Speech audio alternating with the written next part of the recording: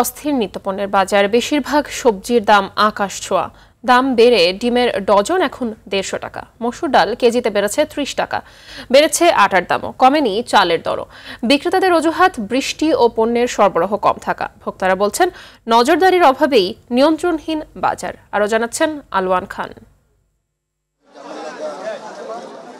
সকাল থেকে ঝিরিঝিরি বৃষ্টিতে প্রকৃতির উত্তাপ কমলেও কমেনি বাজারের নিত্যপণ্যের দাম। বেড়েছে সবজি থেকে শুরু করে ডিম, পেঁয়াজ, আটার দাম। হঠাৎ করেই বেড়ে গেছে প্রায় সব ধরনের ডালের দাম। সপ্তাহের ব্যবধানে কেজিতে বেড়েছে 30 টাকা। 1 কেজি মসুর ডাল কিনতে ক্রেতাদের গুনতে হচ্ছে এখন 160 টাকা। ব্যাট বাড়াইছে ডালের প্রতি, 1 কেজিতে 6 টাকা বাড়াইলে আর ওইখান থেকে 6 টাকা বাড়াইলে 12 টাকা বাড়তে পারে।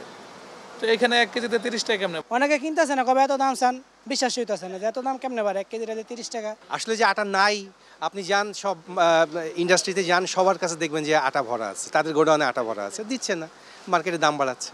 ব্রয়লার মুরগি বিক্রি হচ্ছে প্রতি কেজি 180 টাকা করে, যা ছিল 160।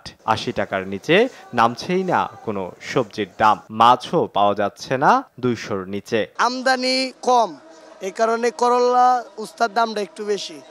বৃষ্টির কারণে প্রচুর মাল নষ্ট হয়ে গেছে।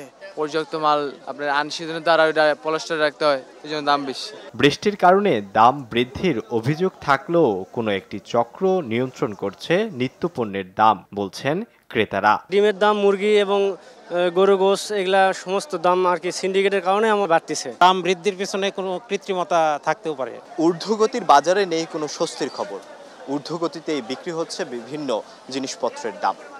বিক্রেতাদের অভিযোগ, বৃষ্টির কারণেই দাম বাড়ছে বিভিন্ন সবজি এবং অন্যান্য পণ্যের।